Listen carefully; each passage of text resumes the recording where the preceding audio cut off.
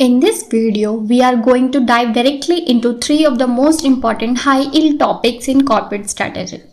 We are looking at Porter's generic strategy, McKinsey's 7S framework, and corporate restructuring strategies. My goal today is to break them down using incredible simple language, clear logic, and real-world corporate example. That way, you will actually understand how they work in the real business world, which makes understanding the concept so much easier. We are going to cover all three frameworks back to back in this single video so you can finish your entire revision session smoothly and quickly. Let's jump straight into our first framework. Topic 1: Competitive Advantage and Porter's Generic Strategy. Before we look at the model itself, let's ask a fundamental question. What exactly is a competitive advantage? In simple words, a competitive advantage is a unique edge that allows a company to deliver better value to its customer than its competitors can. It is the reason why a customer chooses your brand over someone else, and it's ultimately what allows a business to make higher profits in the long run. To help companies achieve his edge, a legendary Harvard professor named Michael Porter introduced a framework called Porter's Generic Strategies. He's argued that a business cannot be everything to everyone. To survive and win in any market, a company must make a clear strategic choice. It must choose between two primary paths: cost, leadership, or differentiation. Let's break down the first path, which is cost leadership. The main objective here is very straightforward. A company wants to become the absolute lowest cost producer in its entire industry. Now be careful here. This does not mean the company just make cheap, low quality product. It means the company optimizes its operations, remove internal waste, and uses advanced technology and buy raw material in massive quantities. By doing this, they lower their own cost of production. This allows them to sell their product at highly competitive low market prices and still walk away with a fantastic profit margin. A perfect real-world example of this: Walmart globally, or Reliance Jio in the telecom sector. Jio entered the market, scaled up massively, kept its operational costs low, and offered prices that competitors simply couldn't match. Their core focus is always on achieving what we call economics of scale. Now let's look at the exact opposite path, which is differentiation strategy. Here, the company completely shifts its focus away from low prices. In fact, they don't care about being cheap at all. Instead, they focus on making their product or a service completely unique, premium, and superior in quality. They invest heavily in research, design, branding, and customer service. Because the product feels so unique and high status, customers develop intense brand loyalty.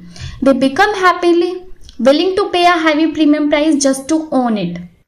The ultimate example of this, of course, is Apple or BMW. Apple doesn't compete on price with budget smartphones. They compete on their unique ecosystem, design, and premium brand perception. They have successfully differentiated themselves from the rest of the mass market. Our next topic is McKinsey's 7S framework. Now let's move on to our second major topic, which is McKinsey's 7S framework. This model was developed by consultants at the famous firm McKinsey & Company, and it's a highly effective tool used for internal organizational analysis.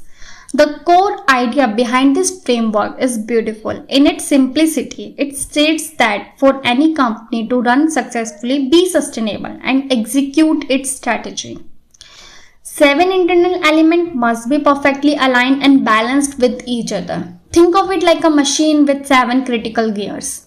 If one gear is out of place or spinning in the wrong direction, the entire machine slows down or breaks. To make this model easy to study, McKinsey divided these 7 elements into 2 distinct categories: the hardest and the softest. Let's look at the hardest first. These are the formal, tangible, and visible elements within a company. They are called hard because corporate management can easily identify them, track them, and directly change them through official decision.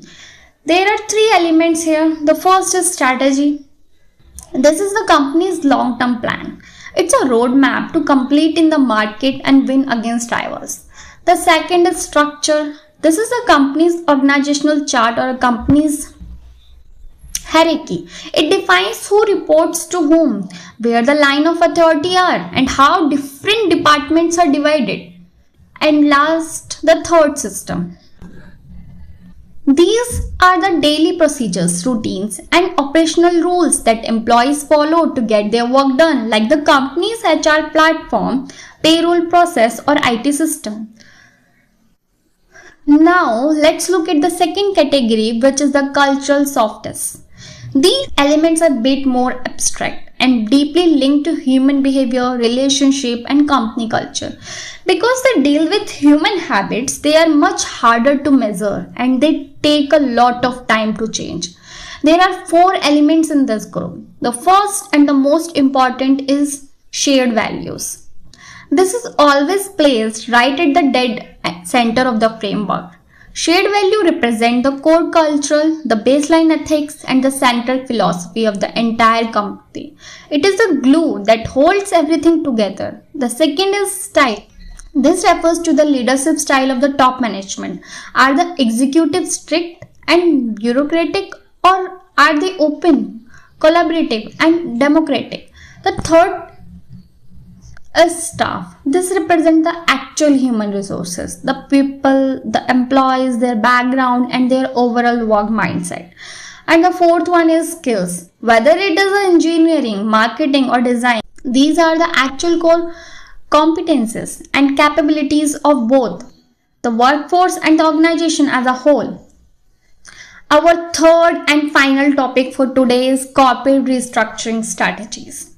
Restructuring strategies are major high-level corporate decisions deployed when a company needs to fundamentally change its business model. This usually happens when a company wants to drastically improve its financial health, rapidly expand its market share, or save itself from severe losses and total business failure. Under the umbrella of corporate restructuring, we focus on three major strategies: mergers, acquisition, and turnaround. Let's look at merger and acquisition, commonly known as M&A. A merger happens when two completely independent separate companies mutually agree to join forces, combine their assets, and form a single brand new corporate entity. A fantastic real-world example of this when a Vodafone and an Idea combined their telecom networks to become a single new brand called VI. The main strategic reason behind a merger is to create what we call synergy, where the combined company is much stronger and more efficient than the two separate companies were on their own. Second, an acquisition, on the other hand, is a bit different. This happens when a financially powerful company decided to buy another target company outright. The acquiring company takes full ownership of the target company's assets, products, and management control. A classic example of a brilliant acquisition is when Tata Motors acquired Jaguar Land Rover. Jaguar Land Rover kept its brand identity, but the ultimate strategic and financial control moved entirely under the Tata umbrella. Now let's look at the most critical defensive method in restructuring, the turnaround strategy. This strategy is a literally lifesaver for a businesses. It is deployed when an organization is facing continuous heavy losses, dropping market share, see negative cash flow, and is standing right on the edge of bankruptcy. The core goal of turnaround strategy is to completely reverse that downward spiral, stop the bleeding, and bring the dying business back onto the track of profitability and long-term stability. To execute a turnaround successfully, management has to act fast and make tough decisions. They implement aggressive cost cutting, shut down unprofitable offices or product lines, change product pricing, and very often they bring in a brand new CEO or a leadership team to completely transform the company's internal culture in a very short period of time. Using these real-world brand cases make understanding the true operational execution of corporate business much clearer.